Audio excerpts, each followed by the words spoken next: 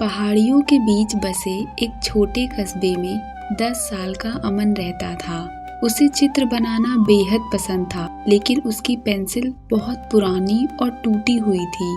फिर भी वह हर दिन नई उम्मीद के साथ कागज पर अपनी दुनिया उतारने की कोशिश करता था। अरे नहीं, फिर से टूट गई। अब इससे तो कुछ बन ही नहीं पाएगा। बेटा, अगले महीने पैसे मिलेंगे तो नई पेंसिल ले आएंगे। अभी इसी से काम चला ले। पर माँ, स्कूल की प्रतियोगिता भी आने वाली है। उस दिन स्कूल से लौटते समय तेज बारिश होने लगी।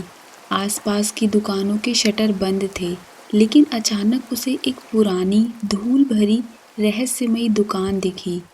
आ गए बेटा, मैं तुम्हारा इंतजार कर रहा था। आप मुझे जानते हैं? हर कलाकार को मैं पहचान लेता हूँ। तुम्हें पेंसिल चाहिए है ना? जी अंकल। यह लो, ये साधारण पेंसिल नहीं है।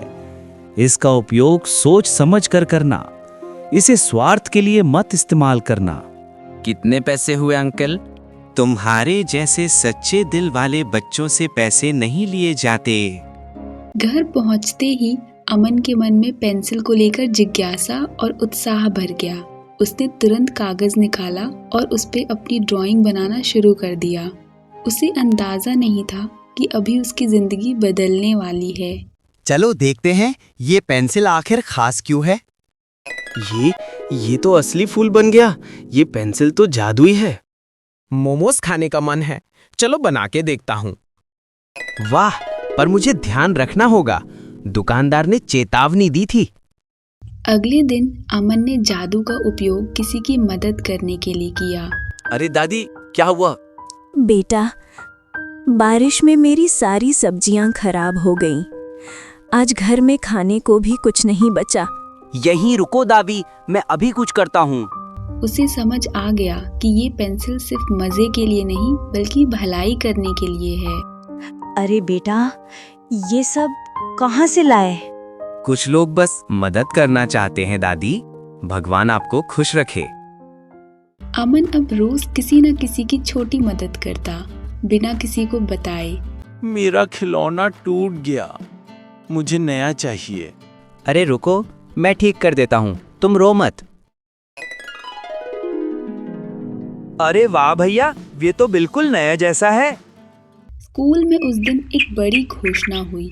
हर बच्चा उत्साह से भर गया, लेकिन अमन के सामने एक बड़ी परीक्षा थी, ईमानदारी की परीक्षा। बच्चों, इस साल नगर कला प्रतियोगिता होगी।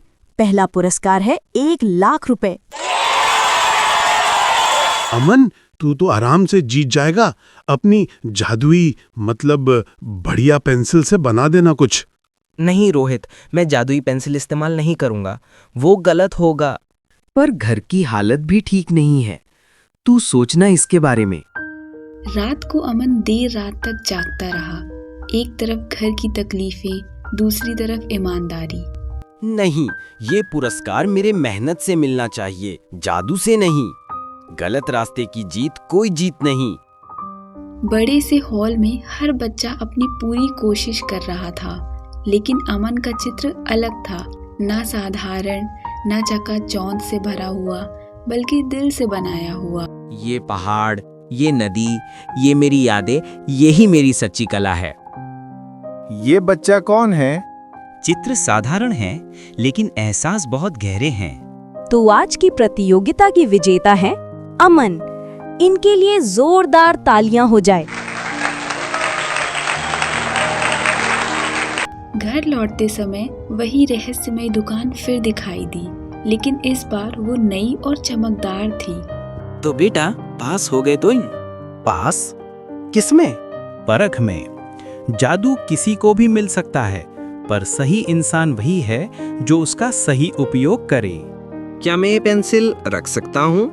जब तक तुम इसका उपयोग भलाई के लिए करोगे, ये तुम्हारी है। याद रखना, सबसे बड़ा जादू तुम्हारी सोच है। धन्यवाद, आपने मुझे बहुत कुछ सिखाया है। अमन अब भी पेंसिल का उपयोग करता है, लेकिन सिर्फ मदद करने के लिए। उसकी पहचान धीरे धीरे पूरे कस्बे में फैलती है। लोग कहते हैं जहाँ अमन है वहाँ मुश्किलें ज्यादा देर नहीं रहती। भैया, मेरी साइकिल खराब हो गई और आज मेरी परीक्षा है, मैं लेट हो जाऊंगा। चिंता मत करो, मैं कुछ करता हूँ। भैया, आप हमेशा सही समय पर आ जाते हो मदद करने के लिए। किसी की मुस्कान ही सबसे बड़ा इनाम है।